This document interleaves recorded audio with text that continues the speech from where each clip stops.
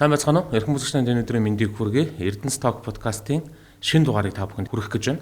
За энэ удаагийн дугаарт бид Эрдэнэт үйлдвэр төрөмж үйлдвэрийн газрын захирал Яндантай ярилцахад бэлэн болоод байна. Хүрэлцэн танд баярлалаа. Өдрийн мэндийг хүргэе. За энэ подкастт дөж оролцуулж байгаад баярлалаа. Улаанбаатар хотод ажиллаар ирсэн үе таарч. Таныг харин ажиллаар ирлээ гэхлээр нь бид нар уулуурхаан салбарын бас эргэн тойронд үүсэж байгаа асуудал нөхцөл байдал, за мөн таны өнгөрсөн хугацаанд хийж хэрэгжүүлсэн бодлого үйл ажиллагааны үр дүн болон өнөөдрийн Эрдэнэт үйлдвэрийн бас хэрэгжүүлж байгаа шинэ ажлууд, за мөн Эрдэнэс Монгол нэгдлийн хүрээнд авч хэрэгжүүлж байгаа арга хэмжээнүүдийн үр дүн хэрхэн яаж гарч байгаа тухай танаас бас товчхон мэдээлэл авахыг зориод урьлаа. За бид ярилцлага юунаас эхлүүлэх вэ гэхээр таны хувьд бол Монголын уулуурхаан салбарыг маш экзэгтэй үед удирдахжсэн сайдын хувьд, за тэр үед таны оролцоотой гаргасан шийдвэрүүдийн үр өгөөж өнөөдрийн уулуурхаан салбарын бас өнгө төрхийг тодорхойлоход чухал үүрэг гүйцэтгэж байна. За өнөөдрийн уулуурхаан салбарт яг таны эхлүүлсэн энэ үйл ажиллагаа ямар үр дүнгээ өгч байна? Мөн одоо таны анхны санаачилж исэн тэр хэлбэр сөүлж исэн үр дүн тодорхой ажиглагдаж байна. За бас энэ талаар ярилцах боломж олгосонд баярлалаа.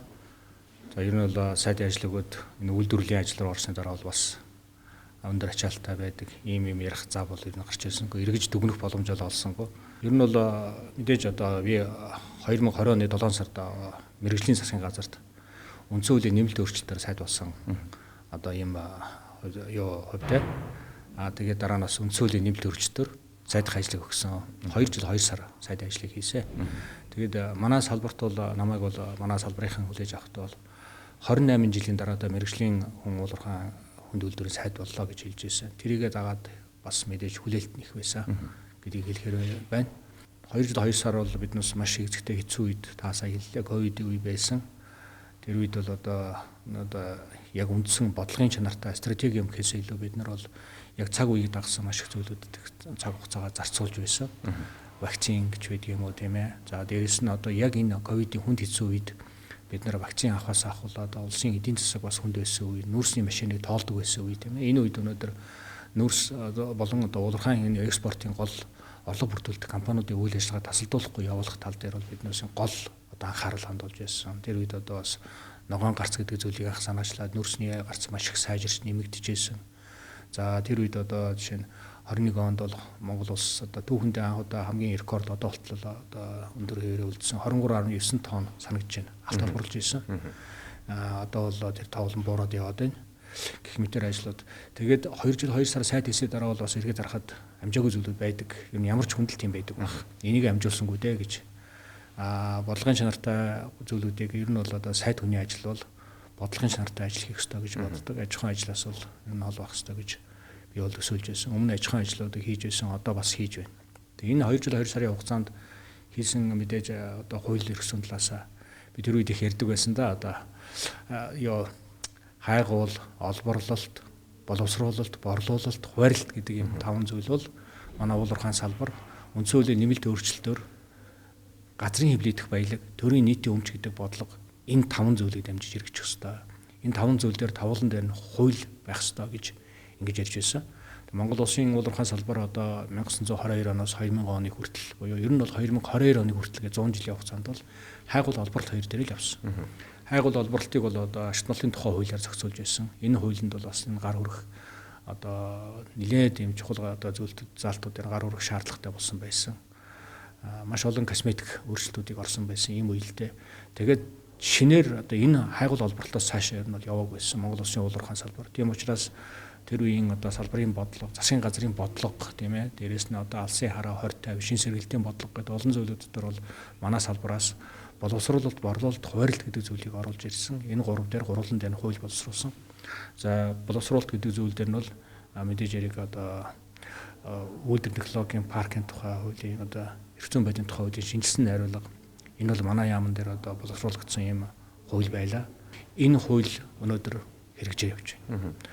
За борлуулалт гэдэг дээр бол уулуурхаан бүтээгдэхүүний биржийн тухай хуулийг бид бас санаачилж тэгээд энэ хуулийг бол батлуулсан. За хуваарлалт гэдэг дээр бол үндэсний баялагын сангийн тухай хуулийг одоо тэр үед яхахгүй одоо бас энэ баялагын сан гэдэг зүйл бол бүр юуны одоо манай үндсэн хуульд орж ирсэн заалт шүү дээ тийм ээ. Тэгээд баялагын сан бол дотроо одоо хоригдлын сантай байна. Дээрээс нь одоо хөгжлийн сантай байна гэсэн юм одоо заалт үндсэн хууль дотор байсан. Тэгэхээр энэ хоёр дахь сан буюу одоо хөгжлийн санг оруулж ирэх үүрэг даалгавар бас манай яам дээр ирсэн. Тэгээ үндсэндээ 2 жил 2 сарын хугацаанд яамныхаа хамт олонтой энэ 3 хууль дээр ажилласан. За энэ 3 хууль бол үндсэндээ гурлаа өнөөдөр батлагдсан байгааг бол та бүхэн харж байгаа.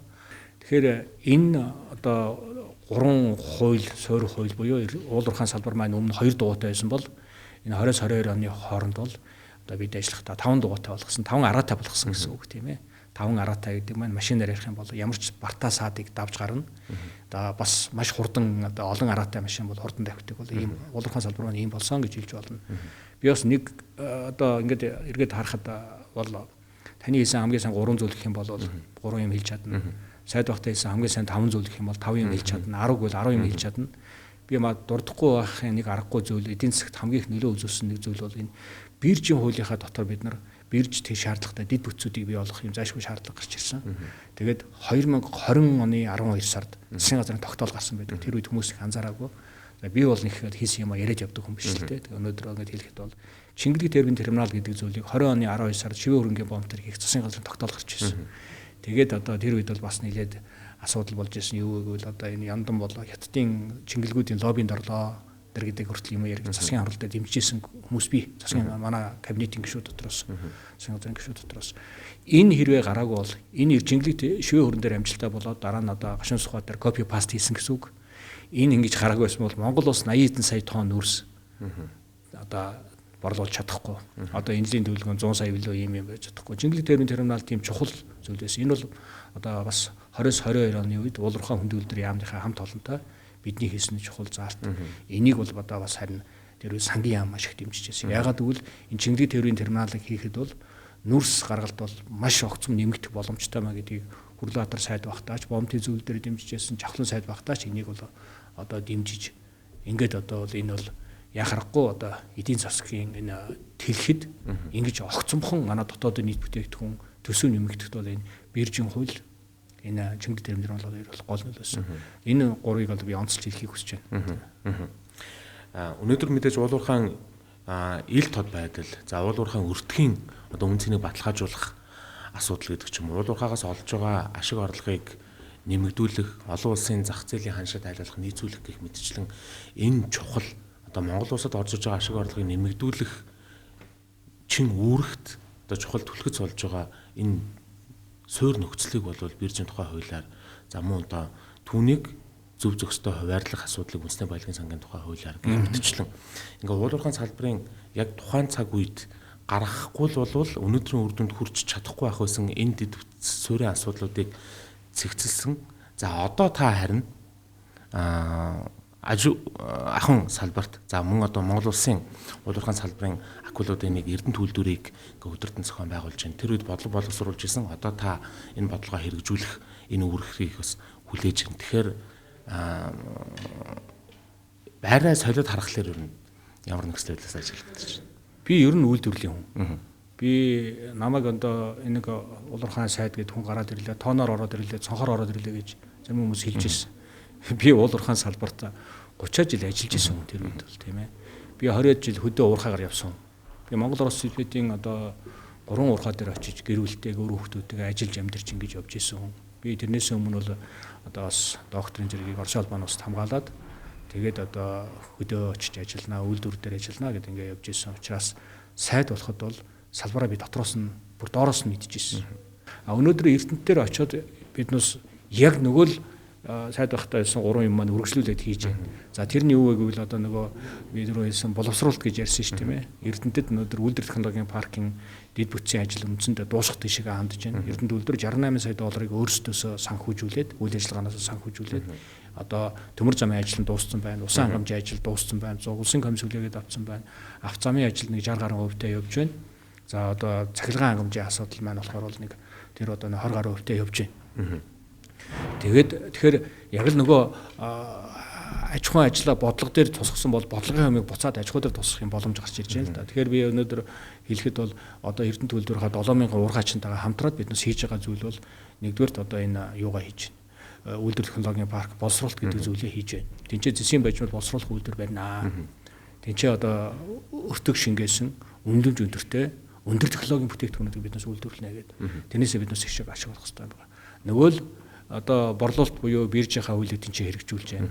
Эрдэнэт үйлдвэр 2024 оны 4 сараас эхэлж одоо ингээд биржээр шин баяжмалыг зарж эхэлсэн. За анхны ажиллажаа 4 сард амжилттай болсон. 5 сард дахиад нэг компани барилжаанд орж ирээд авсан боловч мөнгө төлж чадаагүй. За ингээд 24 оны 6 сараас ахуулаад 25 оны 1 сар хүртэл бол Эрдэнэт үйлдвэр шин баяжмалаа зараал хийсэн, гаргаал хийсэн. Зарим хүмүүс болчлоо гэж яриад байсан. Тийм биш. Энэ хөрөнгөний биржээр бүх юм жил биднээс сар болгон арилжаан дээр баяжмалаа гаргаж ирсэн. Харамсалтай зах зээлийн нөхцөл байдлаас болоод бол заримдаа орж ирдэг юм байна. Зэсийн үн унж байгаа тенденцтэй байхад бол компаниуд орж иж авдаг юм байна. Нүүрсэн дээр ч гэсэн сая тийм зүйл ажиглагдлаа. Тэгэхээр бол одоо юм байна. Одоо бол 25 оны 2 сараас ахуулаад бид нар энэ жил одоо жишээ нь 8 арилжаа амжилттай болоод бид нар энэ жил бол 60 мянган тонн зэсийг одоо биржээс гарах юм төлөвлөгөөтэй. Тэгэхээр 3 дахь юм буюу нөгөө нэг хуваарлалт буюу хуваарлалтыг Эрдэнэт үйлдвэр бас л яг хэрэгжүүлж байна. Одоо нөгөө баялагын үндэсний баялагын сангийн тухай хуулийн дагуу Эрдэнэт үйлдвэр өнгөрсөн жил 273 тэрбум төгрөгийг хөрөнгөлийн сандаа баялагын сандаа тийм ээ. Одоо нөгөө хөрөнгөлийн сандаа оруулаа шүү дээ. Тэгэхээр Эрдэнэт үйлдвэр бол өнөөдөр нөгөө бидний ярьсан хайгуул, олборлолт, боловсруулалт, борлуулалт, хуваарлалт гэдэг энэ 3 нэмэгдсэн буюу 5 одоо энэ араан дээр тавлан дээр үйл ажиллагаа явуулж байна.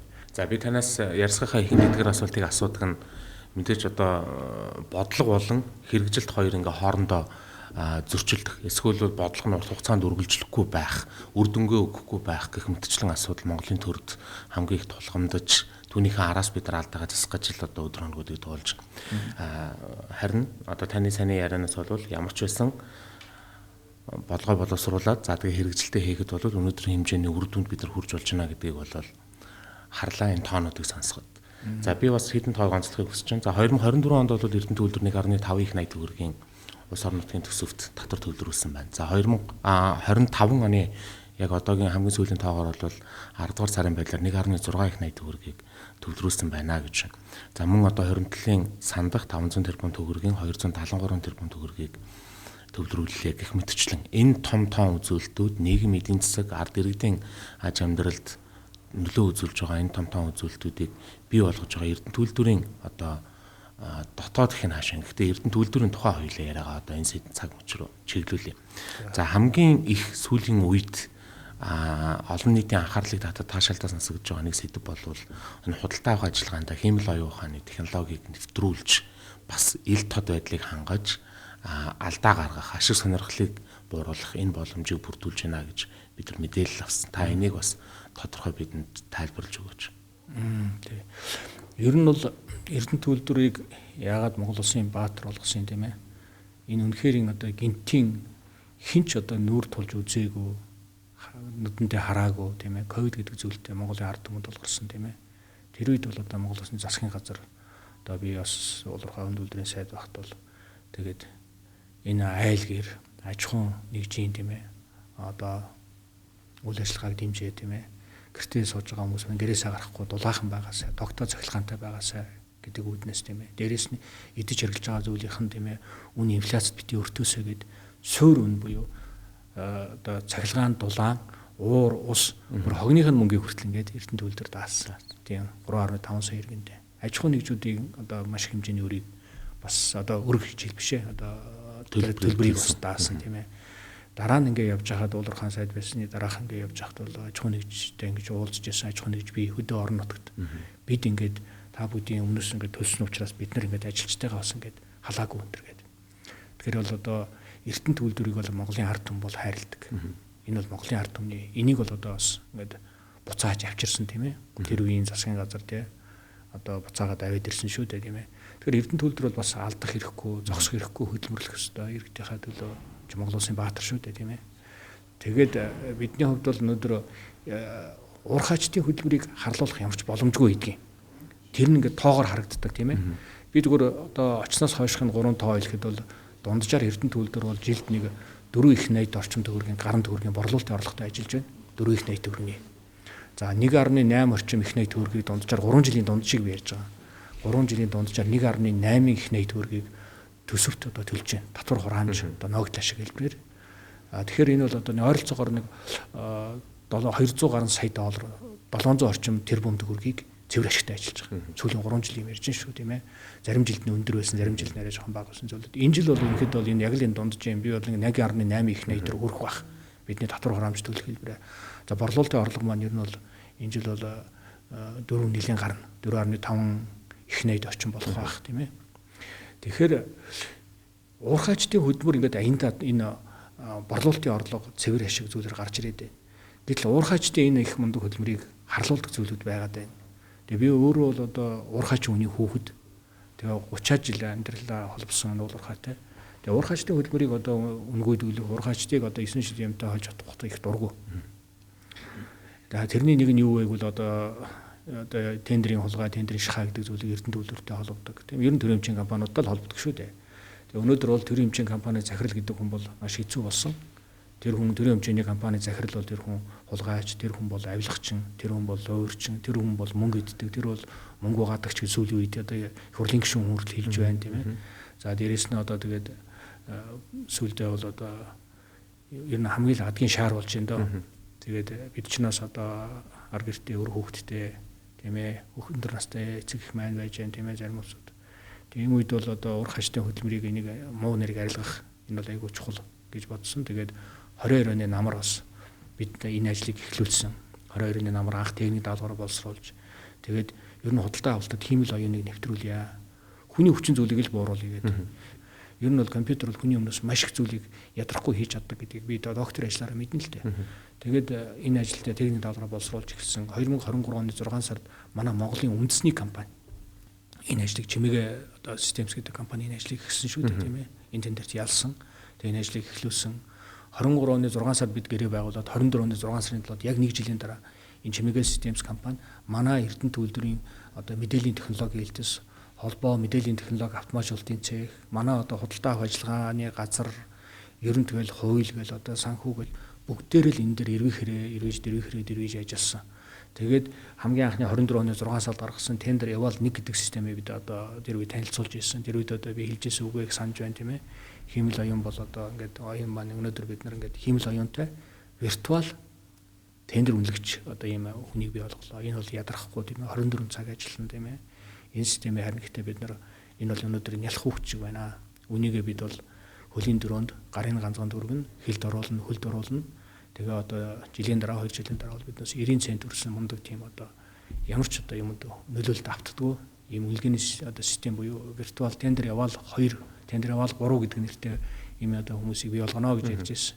Тэгээ энэ жил бол 6 сард биднээс дахиад 1 жил болоод чимээгээ системтэйгээ хамтарч машин сургалт гэдэг юм а бүтэн жил 1000 гаруй тендер дээр хийсэн. Тендер яваал нэгийг 1187 байдаг үлээ би тоог сонсох. Тендер дээр ажиллаад маш сайн фактур дээр ажиллаж штэ. Тэгээ нөгөө машинаа хөтлж чинь бид нар тийм ээ явж чинь. Ийм юм дээр ингэж алдаж болохгүй, энэ дээр ингэж алдаж болохгүй, энэ дээр ингэж үнэлж болохгүй, энэ дээр ингэж үнэлнэ. Энэ нь зөв юм гэдгийг бид нар ингээд нөгөө машинаа ингээд бүр алхам алхмаар зааж өгч чинь. Тэгж явж яж машин маань сурж байна тийм ээ. Ингээд энэ жил бол тендер яваал 2-6 сард бий болгосон. 7 сарын 7-оос бид нар бүх одоо тендерүүдэд тендер яваал 2-ороо үнэлж эхэлсэн. Хамгийн гол энэний чухал ач холбогдол нь юу вэ гэвэл нэгдүгээрт одоо энэ хүний хүчин зүйл маш их минимум болж байна. Субъектив нөлөөлөл гэж ярьдаг тийм ээ. Хүмүүс үүнд л хардж байгаа шүү дээ. Тинчээний Эрдэнэ төвлөрөө нэг ажилтан одоо тэгэл энийг өөрсдийнхөө одоо танил тал ах トゥ тийм ээ. Хамаатан садан нутаг нуг тийм ээ 10 жилийнхаа хинт ч байдгийг ингээд өгөх гээд мөнгө авахын тулд гэж ингээд үлдээд байдаг. Гэтэл үнэхээр тийм ээ тийм байна уугүй юу гэдгийг чинь бид нар бол батлах ёстой шүү дээ. Тэгэхээр бид нар л өнөөдөр энэ системийг ашиглаад хүний нөлөө минимум болж байна. Нэгдэх гол чухал зүйл. Хоёр дахь нь бол ил тод шудраг үнэлгээ бий болж байна тийм ээ. Өнөөдөр бол тэр химэл оюун маань тийм ээ. Тэр бол яг л хоёрыг бол хоёр л гэж хэлнэ. Хоёрын дөрөв л гэж хэлнэ. Өөр гурав ч биш, тав ч биш тийм ээ. Ингээ харах юм бол гурав шиг юм шиг, ингээ харах юм бол тав шиг юм шиг гэж зарим тийм одоо юунууд байдаг шүү дээ. Гэтэл тийм юм бол байхгүй. Гурав дахь нэг чухал зүйл бол үнэлгээний оронд ордог манай 300-аар одоо 400-аад ажилтан гэж би хэлсэн тийм ээ. Энэ улсууд маань дандаа үндсэн ажлынхаа хажуугаар хийдэг. Маш өндөр ачаалттай. Тэгээ муу нэр хүртдэг. Тэгээ хүмүүс одоо энээс болий гарыг гэж хүрт ярьдаг улсууд л байна. Хүмүүс бодохдоо бол хүмүүс энэ худалдаа авахын юм руу орё гэж боддог бол нүүн чи ажиллаж сусад нь болий захирлаа. Энэ дийлдэхгүй юм байна одоо. Жишээ нэг компани 22 нэг тендерт 22 компани орсон түүх байна. 22 компани ороход нэг компани 100 гэх юм бол тэр хүн 2200 хуудас юм унших хэвээр. Тэгээ үнэлэх хэвээр. Үнээсээ болоод тэр усууд ч алдаа гаргаж болно тийм ээ. Тэгээ ядарч одоо болно. Үндсэн ажлаа хийх хэвээр. Үндсэн ажлыг би бол өнөөдөр ингээд ширээ шагааж яагаад ажлаа яагаад хийхгүй ингээд гэдэг хажуугаар нь тендерээ үнэлэх хэвээр байдаг ч гэдэг юм уу. Гэтэл өнөөдөр бол биднээс яаж юм гэхээр энэ хүмүүсийн ачаал буурч байна. Тендер явал системийг бүрэн ашиглаж байна бид нар өнөөдөр бол. За тэгээ бас нэг чухал зүйл юу гэвэл энэ тендерийн одоо бүх тендерийн захиалагчнууд Эрдэнэ төлөвлөрийн ерөнхий захирал байдаг. Тэгэхээр захиалагчийн хяналтыг тавихад маш их амар болж байгаа. Бид нар энэ системийн компьютер дээр ингээл одоо над дээр ингээд хамгийн сүүл тендер баталгаачих гээд орж ирдэг. 10 хэдэн хүн гарын өсгөх зураад бүх үнэлгээ явуулаад би бол үнэлгээний хороотой зарчмын хувьд нэг ч үнэлгээний хороотой уулзч үзээгүй өнөөдөр 3 жил гарангийн хугацаанд хамгийн эцсийн тендер үнэлгээдэд ороод ирэхэд нь би хардаг тийм ээ. Хамгийн бага үнийн салалтай компани ялсан байвал за миний мэдээж техникийн шаардлага хангасан. Гэтэ хамгийн бага үнийн салалтай ялсан байдаг гэж би шууд харахгүй зурдаг. Ганцхан компани орж ирээд ялсан бол би шууд харахгүй зурдаг. Мэдээж энэ бас шаардлага техникийн шаардлага хангасан баг. Тэ үнэ нь бага байна гэдэг. Харин олон компани ороод хамгийн бага үнэтэй ялааг өөр компани ялсан байх юм бол би нөгөө нэг каноп дараад үнэлгээ хийлээ. Үнэлгээ хийгээд гараад ирэнгүүт нь хамгийн бага үнийн санал өгсөн компани ягаад ялаагүй юм бэ? Алдаа нь юу вэ? Нөгөө тендер болж бүр хүн бичсэн юм шиг ингээд бичсэн байдаг. Энэ тим учраас энэ бол тим байна гэдэг. Эний чинь хүн найруулж юм уу гэхээр үгүй энэ чинь хэмэл оюун гэж найруулж бичиж байна. Хоёр дахь компани гэсэн байна. Тав дахь компани ялсан бол эхний дөрвөн компанийн санал яагаад одоо энэ яасан байггүй би унсан шалтгааныг мэдэж болж байна. Захиалагч хяналт хийхэд энэ тийм амар болж эхэлж байгаа. Энэ бол одоо өнөөдөр үнэлгээний системийн хамгийн гол чухал зүйл. Бид нар бол энийг бүрэн ашиглаж байна.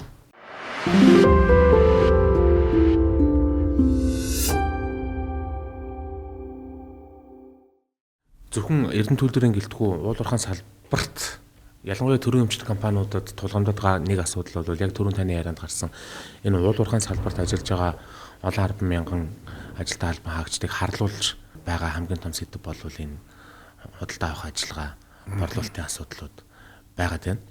Тэгээ одоо ч гэсэн одоо энэ улс төр хүртэл энэ өндрөө автлаа ийм том сэдэв босч ирээд за түүний цаана нь одоо хөдөлмөр эрхэлж байгаа уул уурхайн салбар төрчгтэй ингээд харлах хэмжээний аюултай нөхцөл байдал үүсэж байна. Энийг ингээд технологийн арга замаар технологийн шийдлэр шийдэх гэж арга хэмжээ авч оролдож үр дүнд хүрч байгаас танай хамт олонны энэ мэдээг сонсоод тун их талархалтай байна. Эрдэнэ төлөвлөр бол 2024 онд одоо нөөцөө 55 жил болох нөөцөө бид нэр Жорк стандартаар батлуулсан. 55 жил дахиад Эрдэнэ төлөвлөр ажиллах одоо тэр боломжийг бид нар баталгаажуулж хайгуул хийгээд одоо ингээд ингэсэн. Энээс гадна дахиад оюутан ордыг бас сая биднээс одоо нээсинг одоо хүмүүс харсан шүү дээ тийм ээ. Тэгэхээр нэгдүгээр Эрдэнэ төлөвлөр бол хот дагуулсан үйлдвэр.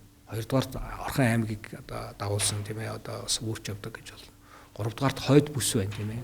Дээрээс нь Булган аймаг, Хөвсгөл аймаг байна тийм ээ. Тэгээд одоо энэ чинь улсын эдийн засагт нөлөөлдөг үйлдвэр. Тэгэхээр ийм үйлдвэр бол ингээд тийм ээ.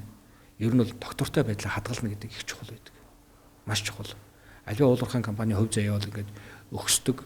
Тэгээ нэг хэвэндээ явдаг, дараа нь буцаад урууддаг. Яг л нөөц буурдаг, агуулга буурдаг бүх зүйлүүд байдаг. Тэгвэл бидний хувьд бол өнөөдөр маш чухал зүйл нэгдүгээр нэг номерын даалгавар юу вэ гэвэл Эрдэнэ төлөвлөр бол геологийн нөөцөө тогтмол нэмэгдүүлэх. Биднес өнөөдөр 55 жил байна гэдэг тэрэн дээр тайвширч болохгүй. Бид нар 55 жилээс гадна дахиад оюутан орд байна штэ гэж тайвширч болохгүй. Бид нар геологи агуулгын ажлыг л хийгээд нөөцөл нэмэгдүүлээд байх хэрэгтэй. Эрдэнэ төлөвлөрт хоёрдугаарт бол маш сайн хүний нөөцтэй. 48 дахь жилдээ ажиллаж байгаа үйлдвэр учраас энэ үйлдвэрт бол за бид нар бас сайн мэрэгчлэнгүүдээ алдаал байдаг. Хувийн хвшил рүү алдж байна. Одоо нэг үлэгт оюутлогоор алдж байна. Риотентер рууч одоо хүмүүс маань явж байна. Гэсэн хэдий ч бол Эрдэнэ төлөвлөрийн одоо хүний нөөц бол бид нар бол хүний нөөцөө бэлтгэхдээ маш их анхаардаг.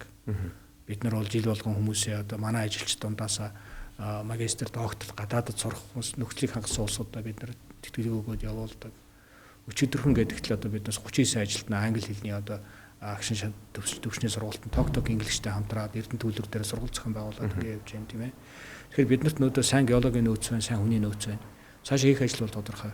Геологийн нөөцийг нэмэгдүүлнэ. Хоёрдугаарт байгаа нөөцөө илрүүлсэн нөөц маань агуулга нь одоо багал болоод байгаа учраас энийг биднээс үр ашигтай зардал багтаагаар нөгөө хиймэл оюун бүх зүйлийг ашиглаад маш их зардал багтаагаар одоо эдийн засгийн хувьд одоо үр ашигтайгаар ашиглах энэ техник технологиг нэвтрүүлэх. Өндөр хөгжтэй техник технологиг нэвтрүүлэх нь хоёр дахь номерын даалгавар байна.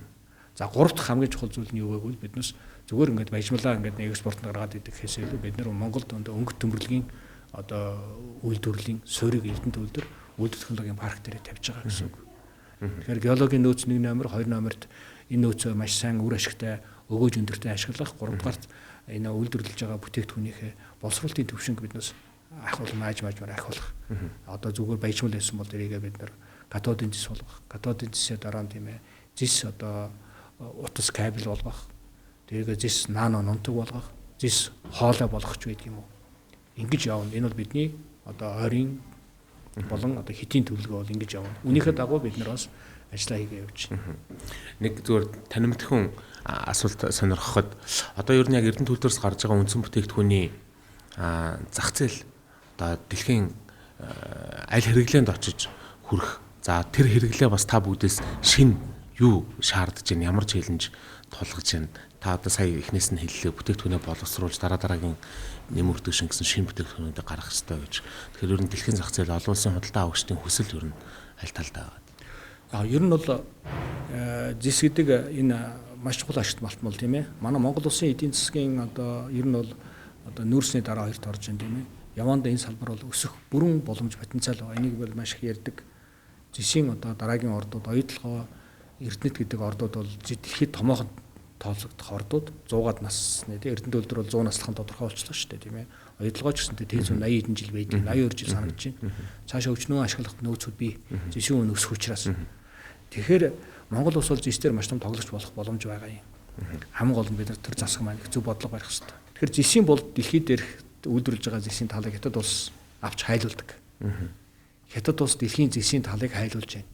Тэгээд тэрнээсээ бүтээгдэхүүн үйлдвэрлэлээ буцаагаад дэлхийн нийт рүү буцаагаад тарааж байна тийм ээ. Тэгээд ийм бодлого хятадд байна. Тэгэхээр одоо бол өнөөдөр сүүлийн үед бол энэ critical mineral гэдэг зүйл рүү зис бол их төлхөө орж ирж байна. Critical mineral бол Монголд бол өмнө бол зөвхөн жоншил байсан. Жонш бол одоо 20 жилийн өмнө critical mineral байсан. Жишээ нь Европын холбооны улсад нүүрс нэг хэсэг critical mineral байсан байдгийг их сонирм. Тэгэхээр аль улс юугаа critical mineral-д оруулах вэ гэдгийг өөрсдөө шийддэг. Зис бол сүүлийн үед одоо Америкийн нэгдсэн улсын critical mineral орж ирсэн, Европын холбоонд орж ирлээ, Австралид орж ирлээ. Тэгээ энэ бол одоо улсын эдийн засагт бол ийм чухал ийм стратегийн бүтээгдэхүүн болж эхэлж байна. Эн чинь юу вэ гэвэл нөгөө дипломат бодлого төрөл ашигт малтмал нөлөөлж эхэлж байна. Улс орны төрийн тэргүүнүүд бие энэ дээр очихдоо өнөөдөр ашигт малтмал ярьдаг болж эхэлж байна. Ийм сонирхолтой үед уулуурхай мэрэгжлийн бид одоо ингээд ажиллаж амьдарч байна шүү дээ тийм ээ. Тэгэхээр бидний хувьд бол өнөөдөр аль болохоор өнөөдөр Монгол улсд бол мэдээж өөрийн гэсэн орд байхгүй хайлуулах үйлдвэрүүд бол хүнд болж байгаа. Ягаад гэвэл одоо хайлуулах үйлдвэрүүд гол олдог орлого нь бол TCRC буюу одоо цэвэршүүлт хайлуултын зардал байдаг. Хоёрдугаар тал хүрхийн хүчлээ бас зарж ингээд орлого олдог юм байсан бол тийм үйлдвэргөө баригдсан хятадын үйлдвэрүүд маш хүнд болж эхэлж байна. За Эрдэнэт үйлдвэр бол өнөөдөр бол өөрийнхөө одоо 560 мянган тонн дахиад энийг бол бид нэр одоо 55 жилээр харж байна тийм ээ. Энэ одоо жишээ хайлах энэ үйлдвэрийг одоо бид нэр барихад бол 15% хүртэл агуулга буурахад манай шинэ сонгосон технологи бол жишээ хайлуулах үйлдвэр маань ашигтай ажиллах юм боломжтой байна. Жишээ нь одоо зарим нэгэн технологиуд бол одоо жишээ баяжмлын агуулга өндөр байхыг шаарддаг бол манай энэ сонгосон технологи бол New Chinese Technology гэж байгаа юм л да. Үндсэндээ дэлхийн талыг хайлуулж байгаа улс технологи хөгжиж байна. Энэ одоо сүүлийн үед одоо манай нэг одоо анхны ерөнхийлөгч уулуурхай инженер хүн байсан шүү дээ. Тэр хүний маань хэлсэн гоё юу гэдэг мэрэгэн жараа ханаар гэдэг. Өнөөдөр одоо яг салбарын улсууд бид нар их дуурдаггүй л дээ. Одоо яг нэг байлгт. Тэгэхээр чинтэй дунд нь энэ орон зай дээр их олон хүмүүс янз янзын юм ярьж мэддэг царайлж байна тийм ээ. Тэгэхээр ер нь бол технологи бол өнөөдөр хятад өндөр хөгжиж байгаа. Хиймэл машин дээр хятад тэргүүлж байна тийм. Хиймэл одоо нөгөө цахилгаан машин дээр тийм ээ. Гэх мэтэр хятад өнөөдөр бүх технологи хөгжиж байна. Тэгэхээр бол өнөөдөр хятадын энэ бидний сонгосон технологи бол маш одоо хөрөнгө оруулалтын зардал багатай, урсгал зардал маш багатай. Тэгсэн хэрнээ одоо байгаль орчинд их ээлтэй. Дээрээс нь одоо бас энэ юг нөгөө дөрөв биелсэн энэ маш бага агуулгатай байжмлыг хүртэл одоо хайлуулах боломжтой юм технологи явж байна. Тэгэхээр бид нар бол дэлхийн нийтийн энэ хандлагатай хөл нийлүүлэн алхаж байна. Манайх бол зарим нэгэн зүйлээрээ бол одоо дэлхийд өрсөлдөхүйц хэмжээний одоо жишээ нь манай баяжуулалтын чиглэл бол маш өндөр.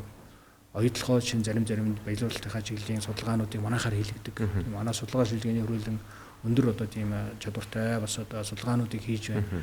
Эрдэнэт үйлдвэр өөрсдөө энэ Монголд хаанч байхгүй юм маш сайн лабораторийн тоног төхөөрөмжүүдийг тийм Монголд ганцхан байдаг зүйлүүд манад байдаг тийм ээ. Тийм ч учраас оюутлогоо манайхаар зарим юмудаа хийлгэж байна тийм ээ.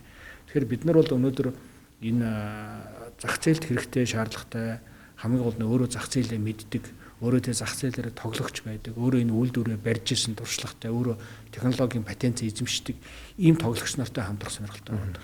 Түүнээс зүгээр одоо ингээд нэг тийм ээ сайлуулах үйлдвэрийг одоо би чадна гэж орж ирсэн хүн болгонтой бол бид нар хийхгүй. Энэ бол улсын төсөл анхны төсөл бид нар алдах хэрэггүй. Тийм учраас бид нар бол яг өөрсдийн гэсэн патенттай, он удаан жилийн патенттай тийм ээ аваад явж патентаа ингээд одоо асуудлаа шийдэж чадах тийм ээ. Өөрсдөө юм үйлдвэрийг барьчихсан туршлагатай. Тэгээ өөрсдөө юм бүтээгдэхүүнээ зах зээлүүдэд та нар өөр ингэсэн байр суурьтай ийм тоглогч нартай өндөр технологийн чиглэлээр бид нар хамтран ажиллах юм бодлого баримталж байна. Тэгээд одоо мэдээж хэрэг одоо бид нар бол одоо дэлхийн нийтийн одоо энэ хөрөнгө оруулалтын орчинг маш сайн судалж байна. Яагаад гэвэл өнөөдөр яагаад биднээс энэ дэд бүтцийг барих болсон сайлуулах үйлдвэрийг. Өмнө нь бол ерөөсөө сайлуулах үйлдвэр барийг л ингээл яриад байдаг. Дээр нь байгаа газрынхаа дээр харагддаг үйлдвэрэл яриад яваад байдгаас хинч тэр доод дэд бүтцийг ярьдаггүйсэн. Тэгэл ингээ хөрөнгө оруулалтаа уулзахаар усаа ханаас авах юм? Таг. Цахилгаанаа яаж татах юм? Таг. Бид нар тоног төхрөж аваачихад яаж аваачих юм? Зам бий юу? Авцсан бий юу? Төмөр зам бий юу? Таг. Ийм л байсан. Тэгэл хайлуулах үйлдвэр яриад байдаг. Одоо бол бид нар ингээд дэд бүтц усаа хангамжаа татчихлаа. Дэд цахилгаан хангамжаа татаа тийм ээ. Төмөр зам авцамтай болцоход 1200 га газар дээр ороод ирээ нөхдүүдийн хөрөнгө оруулалт хий. Бид нар 55 жил та нарыг түүхий дээр хангаж чадсан шүү. Та нар энийгээ бариад бид нар Монгол улсад энэ үйлдвэрийг шингээ, технологиг шингээ, манай хүмүүсийг сурга, Монгол хүмүүс оюуны чадвартай. Монгол улсад бол өнөөдөр Эрдэнтийн үйлдвэрийг бид нар дангаараа өөрсдөө Монгол инженерүүд аваа явж байна. 16 онд хамтарсан үйлдвэр болоход одоо яанал гэж ярьж байсан. Тэгэхээр өнөөдөр дандаа Монгол инженерүүд бүх зээл хилтэс нэгжийн дарганаар дандаа Монгол хүмүүс өнөөдөр үйлдвэрийг сайхан аваа явж байна.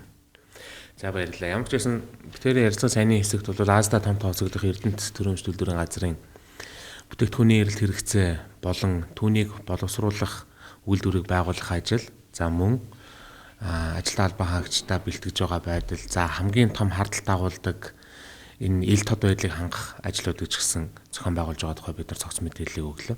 За одоо би харин дараагийн танаас асуух энэ сэдв бол Эрдэнэс Монгол нэгдэлтэй холбогдно. За Эрдэнэс Монгол нэгдлийн нэгдсэн удирдлагын менежмент бодлого хэрэгжээд бас нэлээдгүй хугацаа өнгөрлөө. За сүүлийн 2 жилийн одоо тайлан тоон үзүүлэлтээс харахад бол нэлээд одоо өндөр үзүүлэлттэй, өсөлттэй, за зөв зөвтэй бодлого хэрэгжиж байна гэдэг ийм нөхцөл байдал ажиглагдаж байна. За та зүгээр яг энэ тоогоон дотор нь энэ салбарт бас ажиллаж байгаа хөдөлмөрлөж байгаа энэ олон мянган хамт олноо төлөөлөд хэлэхэд Эрдэнэс Монгол нэгдлийн үйл ажиллагаанд ер нь ямар бодол хандлагатай байдаг вэ?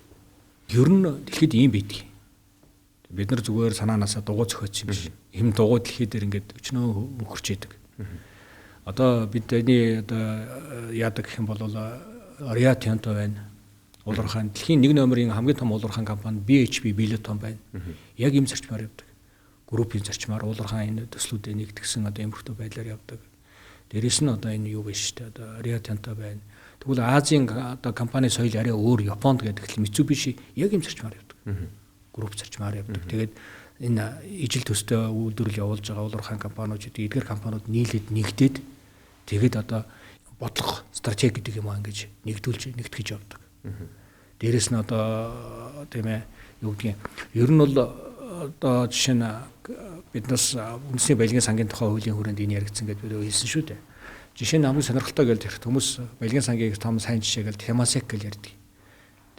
Сингапурын тийм ээ. Temasek ч хамгийн анх бий болохдоо энэ Temasek гэдэг чинь ингээд компаниудын хувьцааг хөдөлж авч эхэлсэн байдаг шүү дээ. Тэгээд одоо нэгтгэхэд юм олон компаниудыг нэгтгэж байгаад ингээд юм болгосон тийм ээ. Тэгээ бас нэгдсэн урьдчилгаар хангаж байна тийм ээ. Казахстаны Samruk Kazyna гэж сүүлийн үед одоо энэ үндэсний баялагын сангуудыг дэлхий дээр бас ингээд эднээс нэгтгэсэн нэг тийм байгууллага гэдэг. Тэр дотор бол Samruk Kazyna их өндөр авч эхэлж байгаа. Samruk Kazyna гэдэгт л одоо яг хятадын Казахстаны бүхэл төрийн өмчийн одоо уулуурхай болон эрчим хүчний энэ одоо asset гэж ярьдаг. Эднээс нэгтгэсэн asset management хийж байгаа юм одоо юу бас компани байна тийм ээ. Ер нь бол энэ бол дэлхийн нийтээр ийм байдгийг. Яагаад ийм байдгийг бэ гэхээр ер нь бол жишээ нь одоо хамгийн энгийн жишээ авъя л да. Зэсметалын группийг Эрдэнэт үйлдвэр үндсэндээ чирж авдаг гэж хэлж болно. Эрдэнэс Монгол дотор тийм ээ. Түүш эрчим одоо хүчний одоо группийг бол одоо чинь Эрдэнэс 5 дахь хооч гэдэг юм уу тийм ээ. Гэтэл өнөөдөр Багнуурын урхад хөрөнгө оруулалт хэрэгтэй юу хэрэгтэй. Шивэавод хөрөнгө оруулалт хэрэгтэй юу хэрэгтэй. Үнэхээр эднэр ингээд тийм ээ ашигтай ажиллах боломжгүй юм. Ер нь бол энэ баялагын сангийн хуулийн нэг гол нь тийм байсан. Ер нь бол ингээд энэ хамтдаа хөгжцгөө.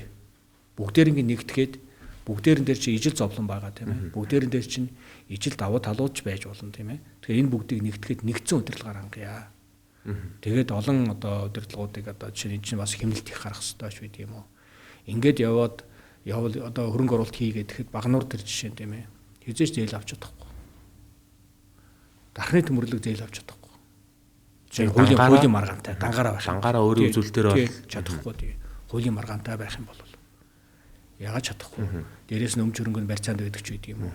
Хөтөлж байдаг юм. Хизээч зээл авч чадахгүй. Зээлжих зэрэглэлүүд нь эднээс бол чадахгүй. Дээрээс нь одоо санхүүгийн нөхцөл байдал нь хэцүү. Энэ Эрдэнэс Монгол компани ингээд группийн зарчмаар ажиллахаараа яаж ийнэг үл Эрдэнэс Монгол дээр чинь энэ компаниудын ногдол ашгууд тийм ээ ч хуваарлаад ингэж орж байна. Гол амин санаа нь тэр шүү дээ. Тэгээ Эрдэнэс Монгол компани дээр чинь энэ нэг тууцтай байгаад энэ тууц нь тийм ээ Багнуурын проблемыг сонсоод, шивээ оргийн проблемыг сонсоод, дархны төмөрлөгийн проблем, хөтлийн проблемуудыг сонсоод тэгэд одоо энэ мэрэгчлэнүүдийнхаа төвшөнд энэ дотор байж байгаа тэр одоо нэг юмдынхаа төвшөнд ярилцаад за эднийх дээр энийг хийх хэрэгтэй юм байна. Энэ хөрөнгө оруулалт хийх хэрэгтэй юм байна.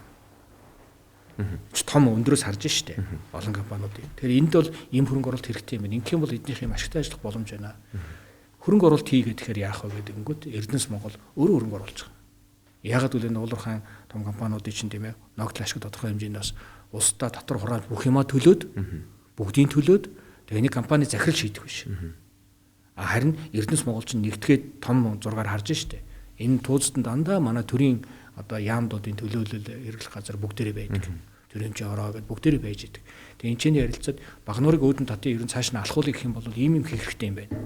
Харин шивээ өгөх арай өөр юм байна.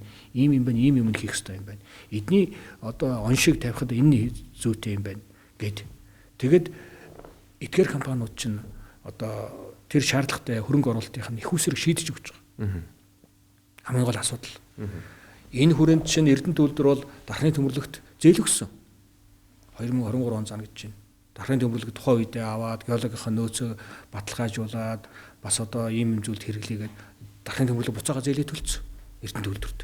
Жишээ нь хөтлийн зэмж шохон үйлдвэр одоо Наранбаатар захирал байхдаа шохон үйлдвэрийг биднээс явуул ийм төслөө ирж бидэнд танилцуулаад Эрдэнэ төлөвлөр нөгөө Цэцмиталын группийн толгой компани гэдэг юм одоо локомотив одоо тийм флагман одоо үйлдвэр учраас бид нэр сонсоод мэрэгжлийн усууд шүү дээ. Улуурхан улсууд бид нар сонсонгуудаа энэ зүйтэй юм байна наран цогц захирлаа. Энэ дээр зээл өгчөд биднээс татгалзах зүйл алга боломжтой юм байна. Эднийх ингэх юм бол энэ хөтөл чинь ашигтай ажиллаад ирэх юм байна. Ингээд тэгж нөхөх юм байна гэдэг. Окей. Гэтэ бид нар зүгээр өгдөггүй. Бид нар өөрсдөө Эрдэнэ төлөвлөр чинь заримдаа бол одоо шаардлагатай үедээ биднээс бас гаднаас зээл авдаг шүү дээ. Бид нар яг тэр хүүгээрээ ингээд ижлэх өгчөж байгаа. Ингээд үндсэндээ бол бүгдээрээ хамтдаа хөгжицгөөё. Тинчээний компани өөрийнхөө зовлонтой ингээд нөгөө нэг ингээд хутгалтаал ганцаараа ингээд тийм ээ дээшээ тэнгэр хол доошоо газар хатуу гэдээ байгаад байх биш. Энийг чинь ингээд энэ Эрдэнэс Монгол дээр сонсоод за хооронд нь зохицуулаад тийм ээ танах ингийн манах ингийн танах буцаагаад энийгээ төлнө. Ингэн эн чинь явж явж хуримтлын сан руугаа орно. Танах ашигтай ажиллаад эхлэх юм бол Багнуур ашигтай ажиллаад эхлэх юм бол танах ашигаас чинь энэ хуримтлын сан руугаа орно. Энэ одоо дархын төмөрлөг сайн ажиллаад ирэх юм бол энэ чинь хуримтлын сан руугаа орно. Нөгөө монголчууд руугаа хүрнэж гэдэг юм уу. Ийм хүлтэй компани шүү дээ Эрдэнэс Монгол чинь.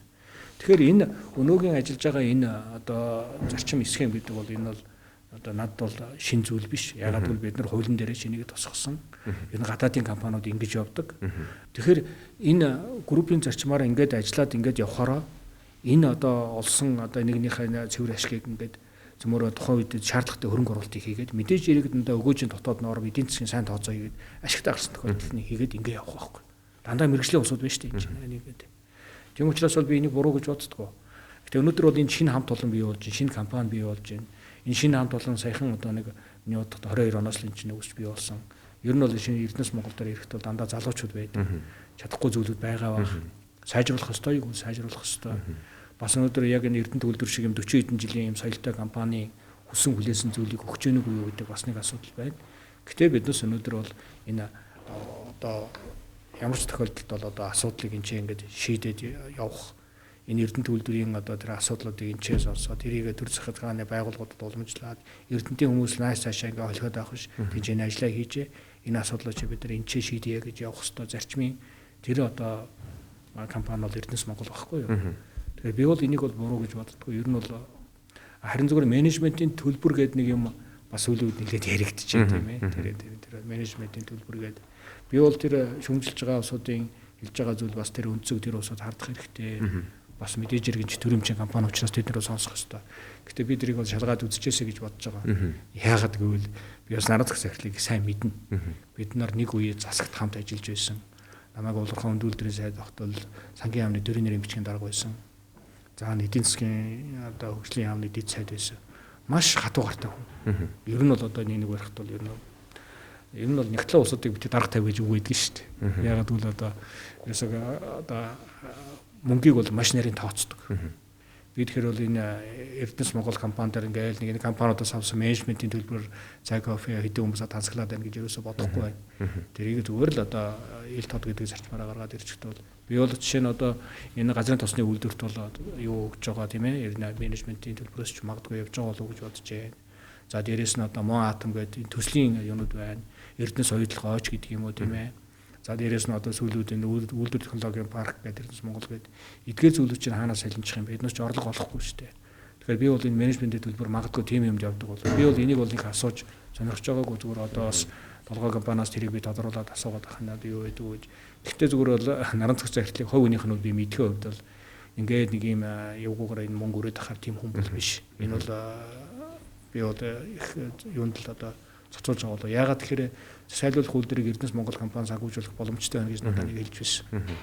Тэгээ Эрдэнэс Монгол компани хөрөнгө оруулаад санхүүжүүлэх бүрэн боломж байна гэж хэлж байсан. Тэгэхээр бол би бол нэлээд тийм мундаг авдар татвар байгаа болов гэж бодож байна. За баярлалаа. Бидний бас яг ярилцлагын гол зорилго бол энэ одоо сүүлийн үед байнгын дайралтанд өртөж идэг төрийн албан хаагч нар, төрийн өмчит компани ажилчид, удирдлагууд, за уул уурхайн салбар энэ дотор бид нар ингээд маш олон хүний хүч хөдөлмөр улс орныхон төлөө гэсэн зүтгэл байгаад байдаг. Гэтэл энэ дээр одоо улс төр за нийгмийн одоо хандлага орж ирэхлээр ингээд үгүйсгэх, үл ойлголцох ийм нөхцөл байдал үүсээд үн цэнгүй байдал руу бас түлхэж гээд байдаг. Эрдэнэс Монгол нэгдлэг ч гэсэн ингээд үргүү зардал гаргалаа, буруу менежмент хийлээ ч юм уу, менежментийн төлбөрийг хааш нь яаж зарцуулсан ойлгомжгүй байна гэдэг ч юм уу ийм хардлагууд байдаг. За Эрдэнэт үйлдвэрлэлээр ч гэсэн ингээд худалдаа авалт ийм байлаа, тийм байлаа, тендерүүдийг ингээд зарлалаа, хасар хэмжээний мөнгө төгрөгтэй холбоотой асуудлууд яригадаад байдаг. Гэтэл энэ дотор ч зөв зарчим, зөв зохион байгуулалт, хууль эрх зүйн хүрээнд нь ингээд хийгээд яг л зарчмын хүрээнд их орныхон төлөө ажиллаж байгаа энэ олон хүмүүсийн л одоо хөдөлмөр сэтгэлийг бити үүсгэж гэдэг үүднээс бас яг тань шиг ийм одоо мэрэгжлийн салбарын хүмүүсийн дуу хоолойг хүргэе гэж бид нар энэ микрофоныг нээлттэй энэ ширээний ард бид нар энэ ярилцлагыг өрнүүлж байгаамаа тэгээ хүрэлцэн ирсэн танд маш их баярлалаа. За тий ер нь бол зүгээр одоо дөрөв бас ярьсан тийм ээ. Төрөмчийн компаниуд гэдэг бол яхахгүй энэ одоо бас хүмүүс сонирхох ёстой л байх тийм ээ. Гэтэ энийг өөр далин дуулж одоо зүгээр хүмүүсийн мэдх эрхийг хангахаас илүү ийм янз янзын захиалгатай юмнууд их явж байна л да. Ялангуяа би бол тэрэнд маш их хүртдэг хүн. Тэгээ одоо би бас түрүү хэлжсэн. Би одоо яг өнөөдөр гэдэгтэл бас одоо хуулийн хяналтын байгууллагад хандаад явж байгаа. Тийм ээ. Би өөрөө нэг хил гаргаж яриад идэх боловч би ингээд чимээгүй юм хийгээд явдаг. За баярлалаа. Үзэгч та бүхэнд Эрдэнэс Talk подкастын энэ удаагийн дугаараар бид Эрдэнэт үйлдвэр төрөмч үйлдвэрийн газрын захирал Яндан захиралтай уулзаж, за Эрдэнэт үйлдвэрт хэрэгжүүлж байгаа ойрын үеийн онцлог үйл ажиллагаанууд, за мөн одоо ил тод байдлыг хангах энэ асуудлуудыг бол та бүхэнд дэлгэрэнгүй сайхан мэдээлэл өглөө. За мөн одоо Эрдэнэс Монгол нэгдэл уул уурхайн салбарын энэ ажилтны албан хаагчдынхаа төлөө бас хүрэлцэн ирж өөрийн үзэл бодлоо илэрхийлсэн танд тун их талархаж байна. Ажлын амжилт хүсье. Урьж оролцуулсанд баярлалаа. За.